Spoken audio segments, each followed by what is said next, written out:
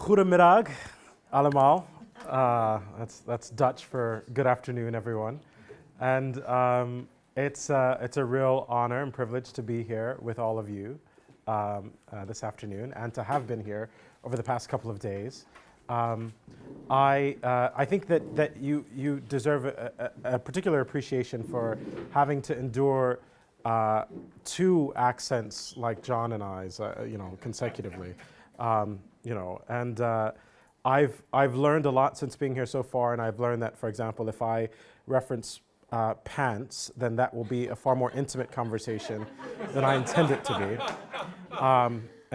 So I apologize in advance if I'm saying something that might be a bit confusing. But no, thank you for the chance to be here and for the chance to talk to you a little bit. John, thank you for raising expectations that are impossible for me to probably meet. I appreciate that, but it's good to be in your company again and to be able to talk and listen and learn from you. So thank you for that. One of the things I appreciated about what John said was, there were some things that were challenging for me. I am not that good a practitioner of nonviolence. Particularly because when I see the injustices around us, I often get angry. And so I heard that as a clear sort of challenge for me to let go of the feelings of anger and that I sometimes have. And the other thing that's interesting for me is that, the last time I showed some of the images from some of my travels, I was presenting to the US branch and I broke down sobbing. And it made me realize that I had not grieved and sat with the pain that I had encountered. I think that I've done better at that now, but who knows what will happen. But I think that the honor that I have to serve as the international coordinator of IFOR is really the honor to lift up the real heroes in our midst, to lift up and to celebrate the people who are committed to nonviolence, who are demonstrating such grace and love in context of such suffering and difficulty that I can't even imagine. And for me, the first thing that I thought about was this passage in John, and I was reminded also of one of my favorite quotes from Frederick Buechner, who I think is actually referencing Paul Tillich where he says, "Here and there in the world, and now and then even in ourselves, we're catching glimpses of new creation, which, fleeting as those glimpses are apt to be, give us hope, both for this life and for whatever life may await us later on." And so my hope is that these images and the stories that I have to offer from nonviolent movements connected to IFOR will be a source of hope and inspiration. I'm also going to share with you some of the challenges that I've encountered along the way, but I hope that those challenges will be challenges that we can sort of wrestle with and face together. A brief sense of IFOR's current global membership, just so that you have a sense. My little key here has fallen off. But for those of you who are members of FOR, these distinctions may mean more for you than others. But this is where we have branches. The yellow is where we have affiliates, and the purple are all the places where we have individual members or relationships that are agitating for nonviolence that we're regularly in contact with. So one of the things that I thought about, John, as you were talking about, some of the practical steps of nonviolence, I thought about these 6 principles of nonviolence that were in some ways sort of distilled from some of Dr. King's work by FOR member Lily Baxter, who worked with Coretta Scott King at the King Center in the early years after King's assassination. And they tried to distill, really oversimplify nonviolence into these 6 steps. And I've always found them to be really a really powerful sort of synopsis. I think that the one that really is the most difficult, particularly when I'm talking about communities or talking to communities that are in the midst of suffering, is this idea, where is it? This idea that redemptive suffering can be, that unearned suffering can be redemptive, right? This notion that the very notion that John speaks of, that being willing to endure suffering for the sake of something that is utterly transcendent, something that we can't see, for the sake of a truth and a good and a right that seems beyond our view. That to me is one of the persistent stumbling blocks for a lot of people as I encounter conversations about nonviolence. I want to give you some illustrations of how we've responded to how the Global Fellowship of Reconciliation has responded to the more contemporary challenges. And these are just sort of snapshots from different places around the world. And the first place, I'm going to start in Europe, then go to Africa, and then to Latin America. I'm going to start in the United States, and then Europe, and then Africa and Latin America. The first thing I want to talk about, so in the context of the heightened sort of anti-immigration fears in the U.S., the U.S. branch of FOR decided to launch a campaign that they felt like really spoke to gospel nonviolence. They called it Give Refugees Rest. And so they created a sort of digital messaging campaign that I'm going to show you really quickly. In that campaign, they're referencing words that are familiar to most people in the United States, but that may not be familiar to you. These are the words that are written on the Statue of Liberty. Not like the brazen giant of Greek fame, with conquering limbs astride from land to land. Here at our sea-washed sunset gates shall stand a mighty woman with a torch, whose flame is the imprisoned lightning. And her name, Mother of Exiles. Mother of Exiles. Mother of Exiles. And her name, Mother of Exiles.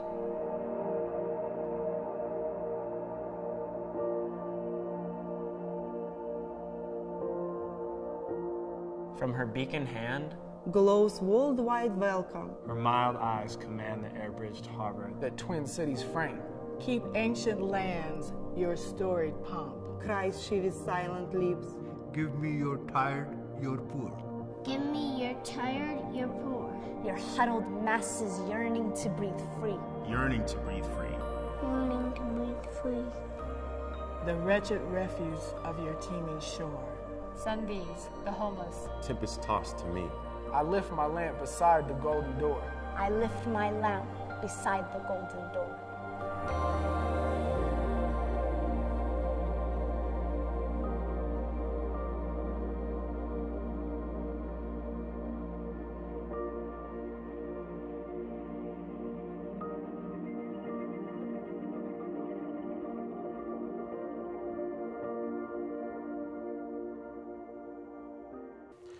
So I show that just as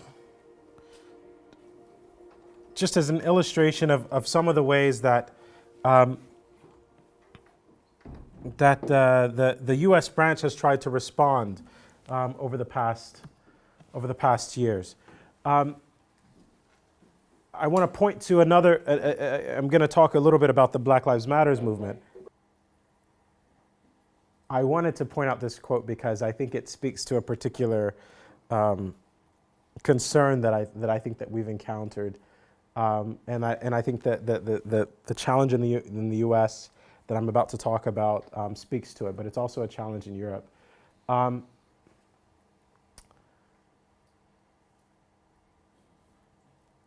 I think that one of the realities that I encounter amongst young people that are committed, that are fed up with some of the injustices in our world, is that nonviolence has lost credibility. And it's not, of course, true nonviolence that has lost credibility, but it's the practices of nonviolence that have come to be recognized as ineffectively wrestling with the voices of the oppressed. I'm going to give you an illustration, and this is just, I'm showing this not because I'm in the picture, but because, this was a march in St. Louis. This was in response, this is a march related to the movement for Black Lives, the Black Lives Matters struggle, that took place a year after the killing of Michael Brown in Ferguson. Now, something to understand about that particular incident is that,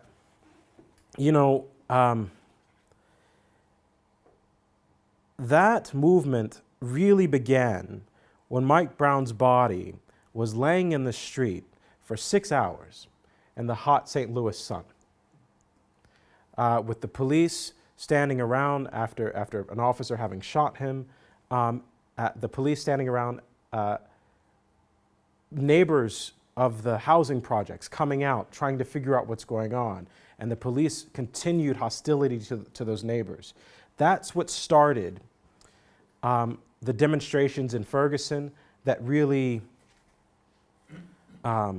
spread, that really sort of created the huge explosion of the Black Lives Matters movement.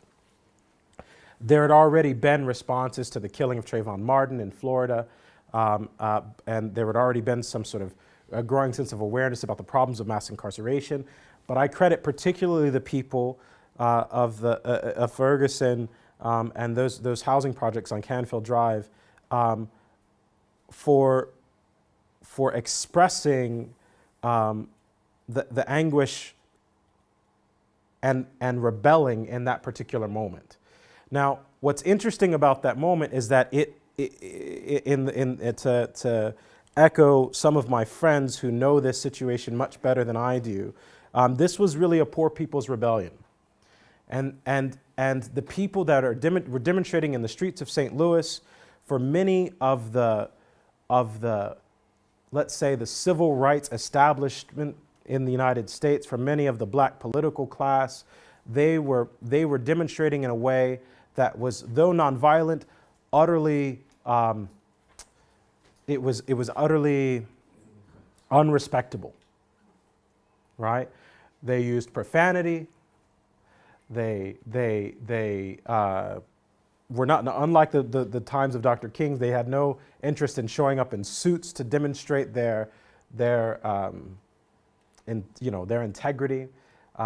They showed up as themselves, and they were nonviolent, but they were expressing their rage. They were expressing their frustration, and they were expressing it in ways that much of the middle class establishment, I would say in the country, found offensive. There were organizations of clergy that came down to Ferguson, and they thought it was their role to stand between the protesters and the police, keeping the protesters calm. That was what they thought their role was. And they were doing that in the name of nonviolence. Do you see the credibility issue? Yeah. Right? Do you see the credibility issue? That became a critical crisis, right? And we see that happening over and over and over again, where clergy or others representing nonviolence or claiming to represent nonviolence think that it's their role to stand between people struggling for justice and the perpetrators of violence against them. And so for me, I'm not surprised when people began to say, again, to use this unrespectable language, fuck nonviolence. And I apologize for that. That's the articulation. Don't worry, it's right? wood. And so, of course, there were exceptions. Of course, there were clergy that tried to sort of challenge that narrative. The FOR's lead organizer in St. Louis, the Reverend Oseguifu Uruseku, started to, in order to make it more appealing and palatable, started to talk about militant nonviolence. And he used that expression to create a distinction between what he was describing and what others were representing. I just wanted to sort of point that challenge out to you. So at some point, while this was happening, members in the, I know that those of you from FOR may be already familiar with this project, and so forgive me for going over details that you already know. But people in Europe began to come to me and say, for example, in the Dutch context, the program coordinator for our Dutch branch said that she felt like the leading source of violence in the Netherlands was racism and xenophobia, and she wanted help addressing that concern. But then again, as we began to sort of imagine and think about how we would address that concern, we realized that we once again had a credibility issue. Because how was it that, what was it going to look like for our branch our branches in the European context, who were mostly middle class, well-educated folks, who had spent a lot of time and who tended to have the impulse to try to educate the oppressed about nonviolence, and who had already done some damage of credibility damage in their own contexts. What would it look like to create meaningful relationships with Muslim communities when the majority of them were Christian? What would it look like to create meaningful relationships with communities from migrant backgrounds in this context? And so we began to talk about what we could build. So we designed a project where we would bring practitioners of nonviolence from different contexts. We brought several people from the U.S. context, these activists from the Black Lives Matters movement, to come and speak and share their experiences with communities of color in Germany, Belgium, and the Netherlands. And the exchange that created was powerful. One of the first moments was when we had Oseguifu Uruseku Skype with the gathering in Brussels was themed around police violence and police and racial profiling and all of these things, and a room full of young Bruxellois from North African background and some sub-Saharan background came to talk about the pain and the suffering that they had endured and the sense of disinvestment that they go through, or disenfranchisement is not really the right word. I say disinvestment because if you've ever experienced being racially profiled, it creates this profound sense of dislocation. For me, when it first happened when I was 16, and the police pulled me over, it was you immediately realize that no matter what you did, no matter how well, no matter how good my grades were in school, no matter how well behaved, it doesn't matter. And what that does to your sense of place is it's completely disorienting. And so the pain that people were able to speak to, we realized that it was a conversation that we needed to create space for, and that the global network created opportunities for us to create space. So I just want to, these are two, this is Niall Fort and Derricka Purnell, two activist from the Ferguson context, speaking to a room full of young people. In this particular shot, Derica is talking about the moment in the Ferguson demonstrations where Palestinian activists began to tweet advice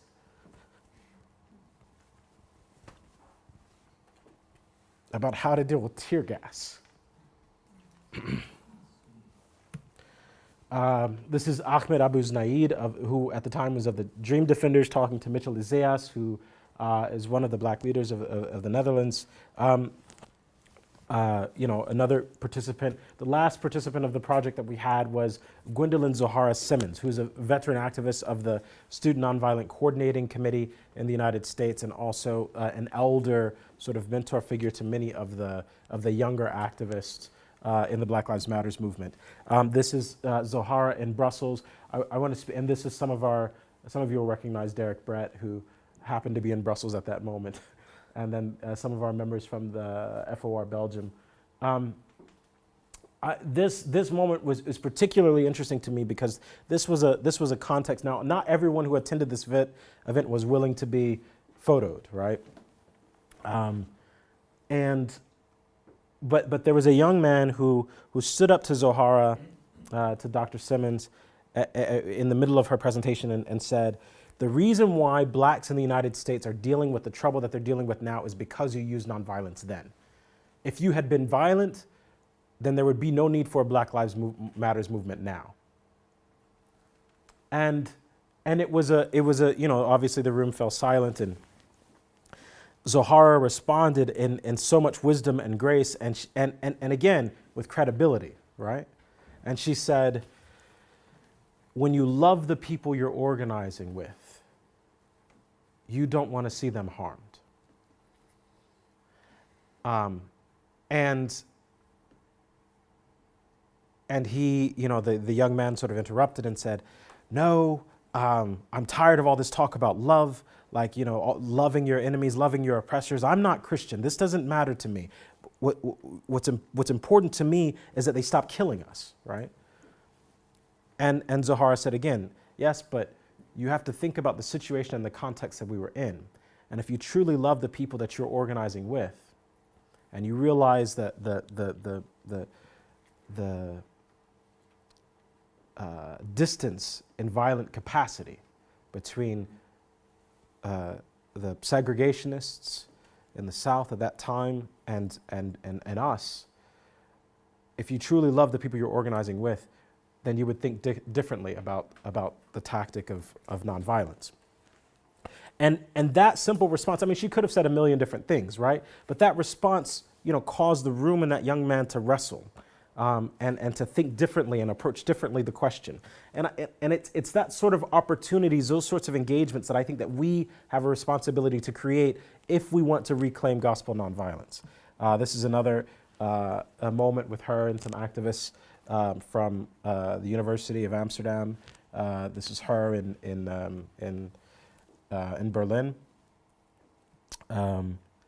and some other sort of activists. I saw this quote from Thomas Merton, and I also thought it was germane to the slide that I'm about to show. One of the, I think everyone probably is aware that recently something remarkable was achieved at the United Nations, right? The majority of the world's nations adopted a treaty to ban the use of nuclear weapons, right? And obviously they adopted that treaty in defiance of the nuclear powers and their proxies.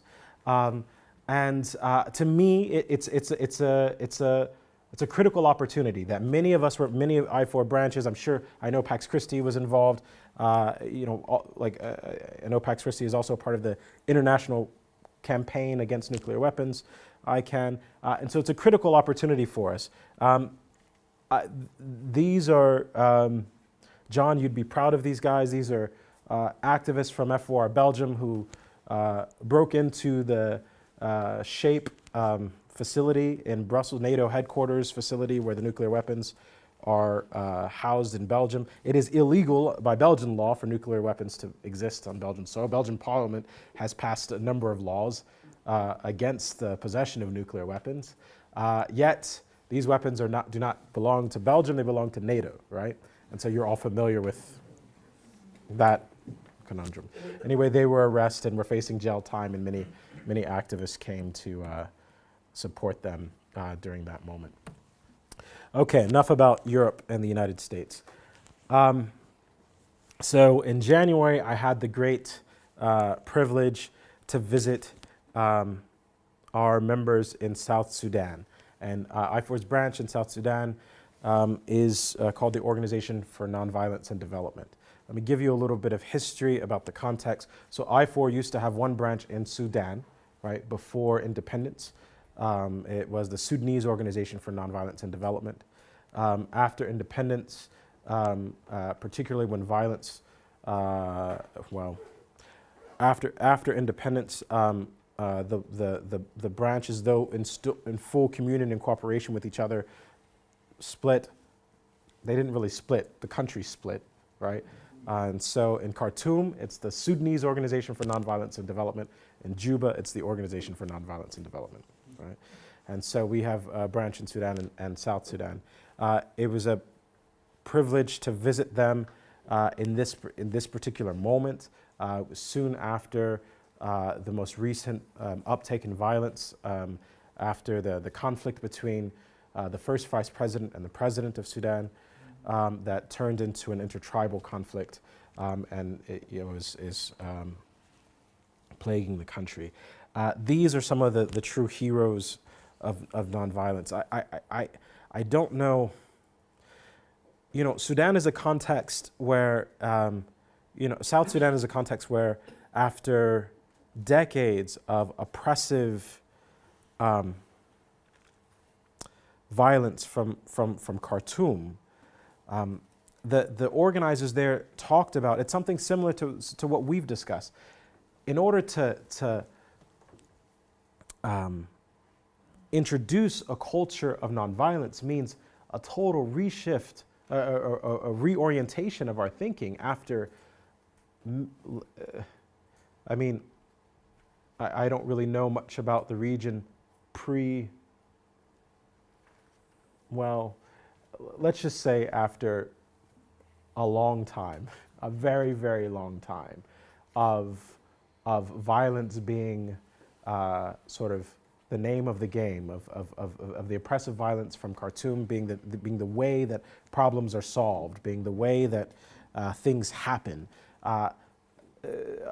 These brothers and sisters trying to introduce concepts of nonviolence in this world, it's actually in this environment, it's actually a good lesson for us, because it's the very thing that we have to do in contexts where centuries of violence are the norm and our default way of addressing problems and solutions. It's something that John, you spoke to already. The ONAD president and board members are pictured here. I just want to say that there's a number, South Sudan is a context where there are 65 different tribes, right? And like most of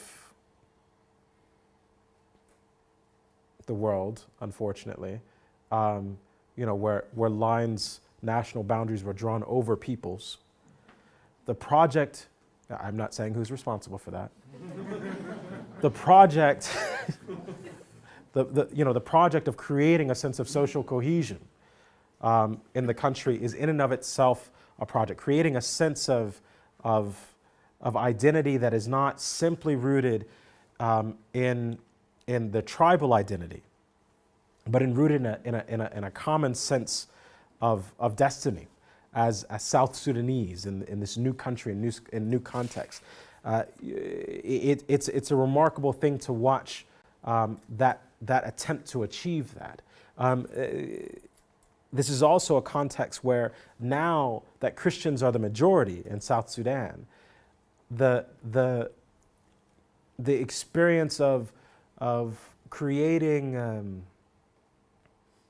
reconciliation with the now Muslim minority in that country. The experience of trying to encourage people not to return an eye for an eye after years of oppression from Khartoum, but to look differently and to reclaim their sense of responsibility as Christians now in power in the country. It's a profound sort of moment of opportunity and a profound lesson for all of us. I want to go back to the quote that Father James Oyet, who is the president of the South Sudanese Council of Churches, something that he said to me while I was there. The guns are silent, but people are still being picked up and targeted. We started serving the Lord in a time of war, and this trauma affects the way we read the Word of God. I know that many of you probably have experience talking to Palestinian Christians about the disorientation of reading Scripture in the context of the occupation, the way that the challenge that presents to you, right? Because all of a sudden you read the word Israel and it doesn't mean the same thing that it used to mean, or that it ought to mean, and what that does to one's faith, right?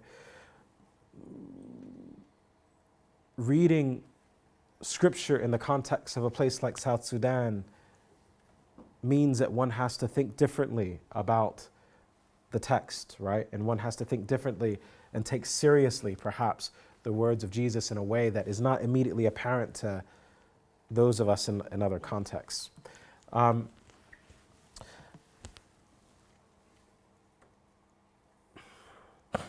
of the things that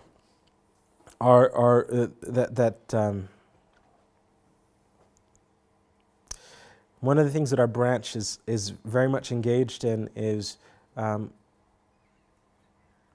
going,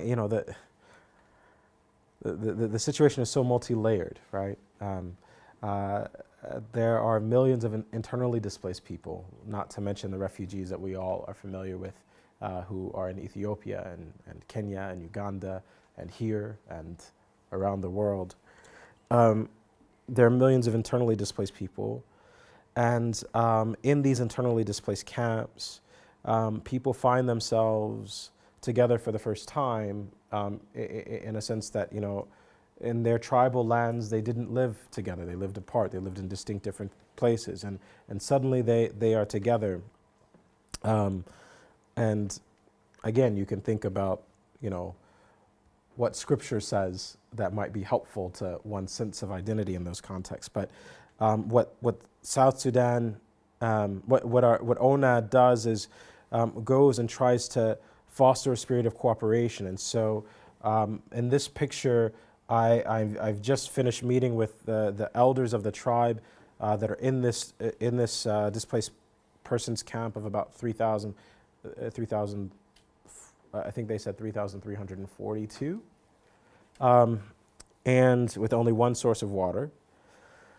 And they're talking about the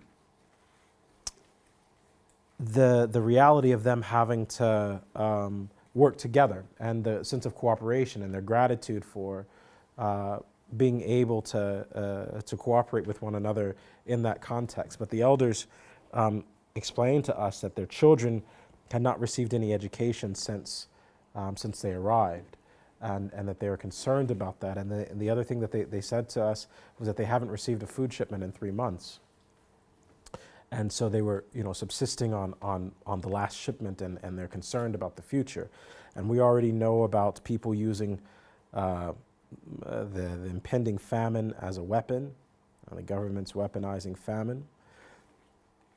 For me, the real critical moment is, and this is a reality in our struggles, ONAD has done something remarkable at fostering a sense of cooperation in that context and in that community. What is ONAD?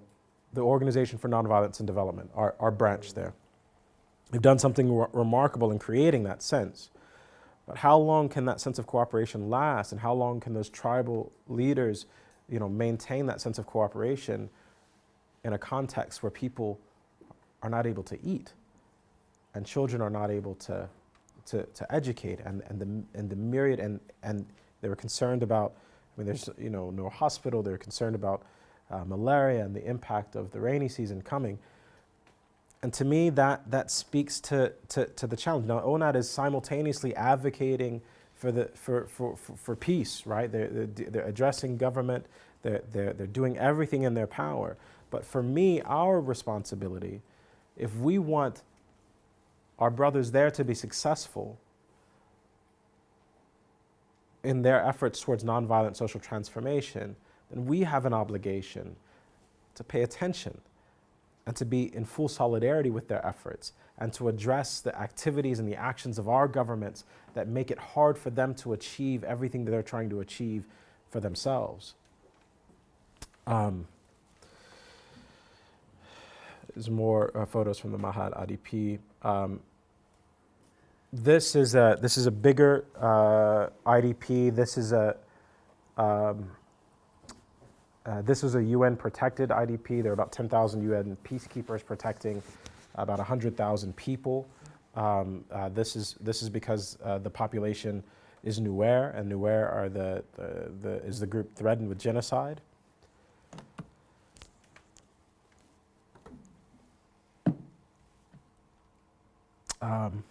Again, sort of elders and leaders within the displaced persons camp talking about their resolution, their commitment, and and the thing is, this is a new country, and the opportunities and the hope and the aspirations are still there.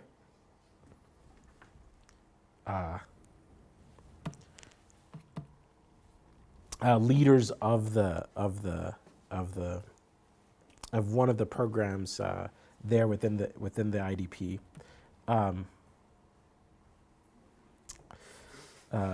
They run peace camps for the children, right, as an opportunity for the kids to be able to sort of learn early on the nonviolent resolution, alternatives to violence, nonviolent resolution to the conflicts that they're going through in lots of fun ways and lessons, and of course,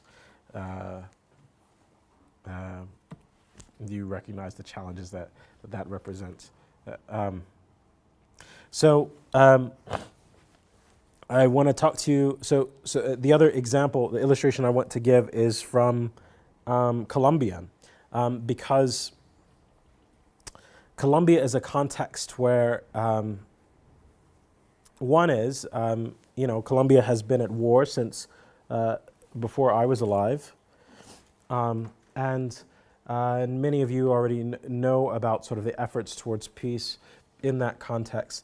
And I think that there are some heroic and remarkable efforts and examples of nonviolence at work that are connected to our movement. And so I want to, again, this picture is not so much because I'm in the picture. It's it's about Peter Cousins and Blas Garcia Noriega.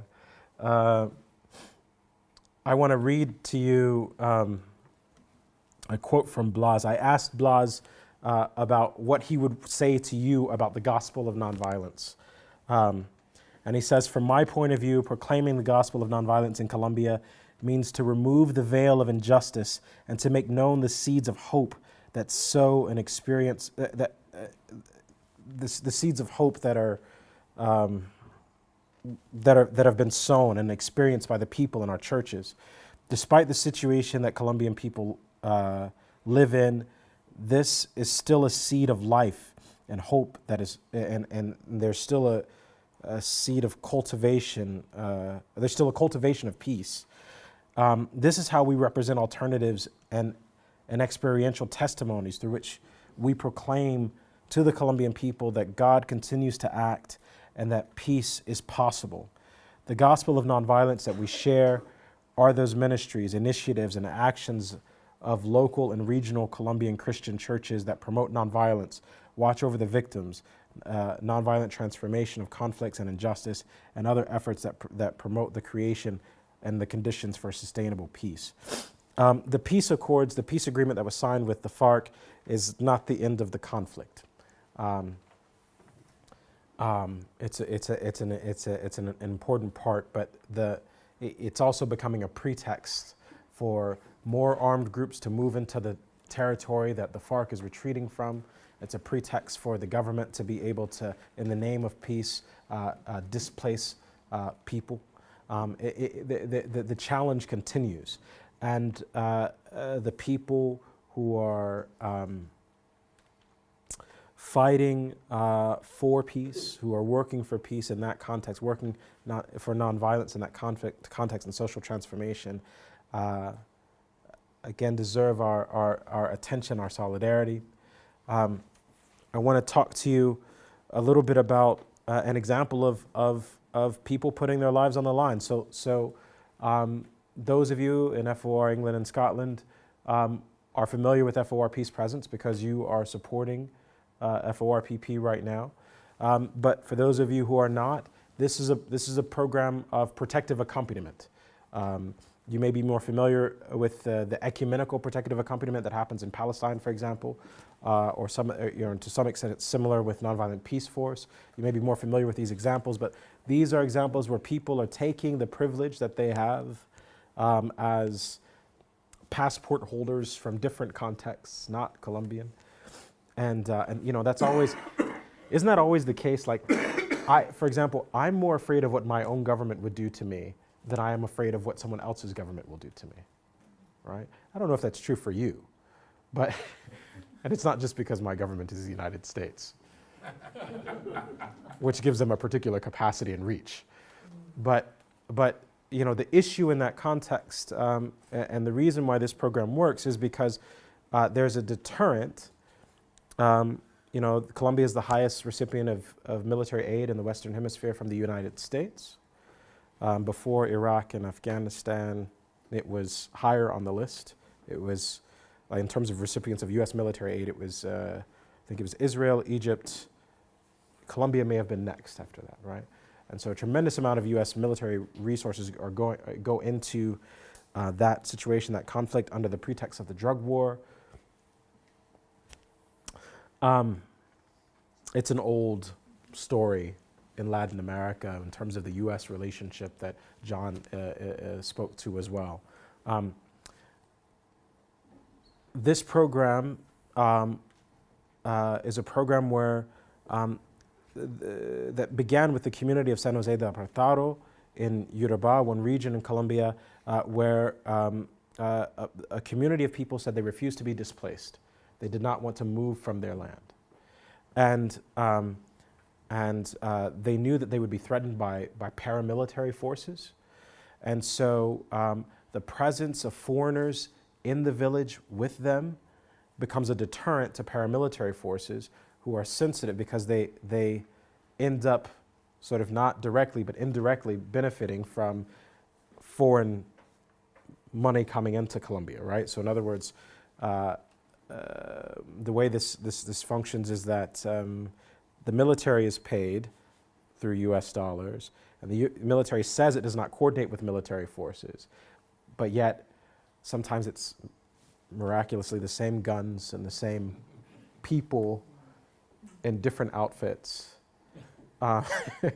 who are responsible for mass murder.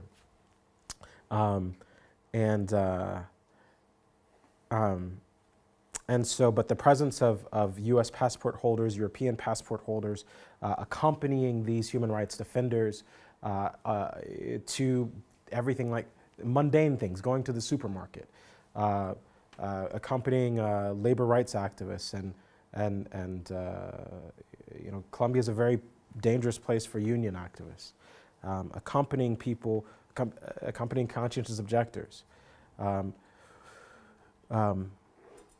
Those passports on the ground create a deterrent and help save lives. But and while we've never had a situation where one of our accompaniers was killed, it is, you know, putting one's life at risk.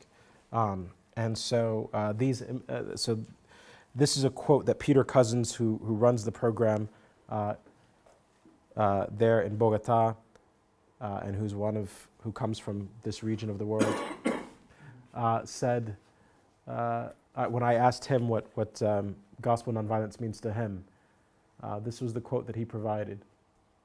The idea of not returning evil with evil is part of the ethos of the peace community of San Jose de Apartado, as expressed by one of its most loyal leaders, the late Eduardo Rancheros.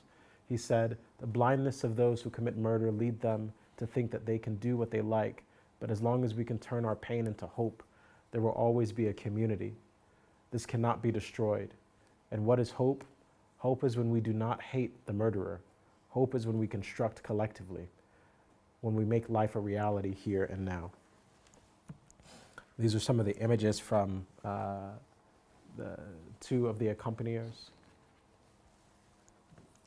with some of the different people who are accompanied. This is just on the San Juan River near the Peace Community. There's an opportunity to go to Columbia if any of you are interested on a delegation. I promised that I would plug this delegation. And then finally, the last sort of theater or context that I really want to talk about in terms of practical work being done that I think gives us some points of reflection. Look, IFOR is older than the United Nations, right? We started in 1914. You all know history well enough to know when the UN began. And we would never accept the UN's role in legitimizing military action, right? The actions of the Security Council are not a part of what we stand for. Yet, we're in a situation in the world where we have to think about what institutions foster the sense of interdependence that we need. We think about sort of the violence of our state actors, and we think about, and I think that, to think about Dr. King's admonishment that to be committed to nonviolence, you have to have a tough mind and a tender heart, right? And we have a responsibility to do some serious thinking about what sort of institutions we need to get us to where we need to go. But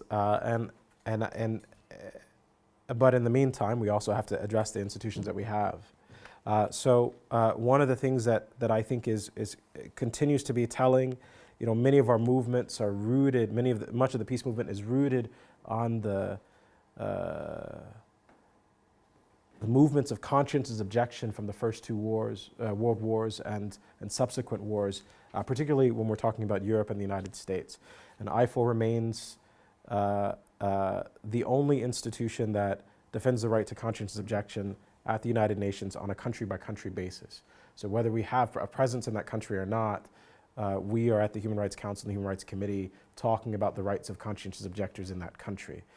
We do work in defending the right to conscientious objection more generally in conjunction with the Quaker office in Geneva and War Resisters International. But I mention that work, the work for conscientious objection in particular, because we talked about the injunction against killing in the early church, and we talked about the fact that when you're in a context, we don't have a draft in this country or in. I always feel like I should say these countries when I'm here. I'm very confused about that. But we don't, but we're not living in eras of forced military recruitment and inscription. But there are many people in the world who are, and that is other work that demands our solidarity. And so these are just some images from work at the Human Rights Council, and related to that. I'm nearly out of time, so I'm just going to end with this quote from Howard Thurman. Howard Thurman carried his book Jesus and the Disinherited I mean, Martin Luther King Jr. carried the book Jesus and the Disinherited with him everywhere he went. You know, Howard Thurman was sort of a Baptist mystic, and he was a member of FOR and one of the most prominent, probably the most prominent black preacher in the country in the 20s and 30s. He was the first African American to meet Gandhi, right? And he was the person to whom Gandhi said that it may be through the American Negroes that the unadulterated message of nonviolence will be transmitted to the world.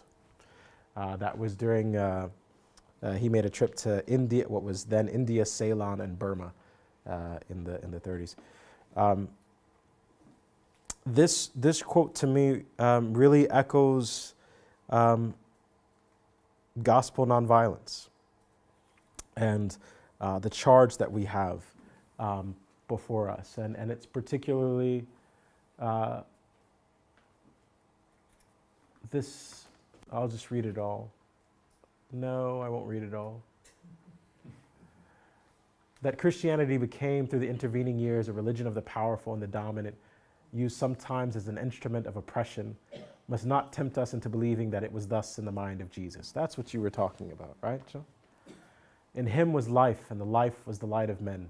Wherever his spirit appears, the oppressed gather fresh courage, for he announced the good news that fear, hypocrisy, and hatred, the three hounds of hell that track the trail of the disinherited, need not have dominion over them.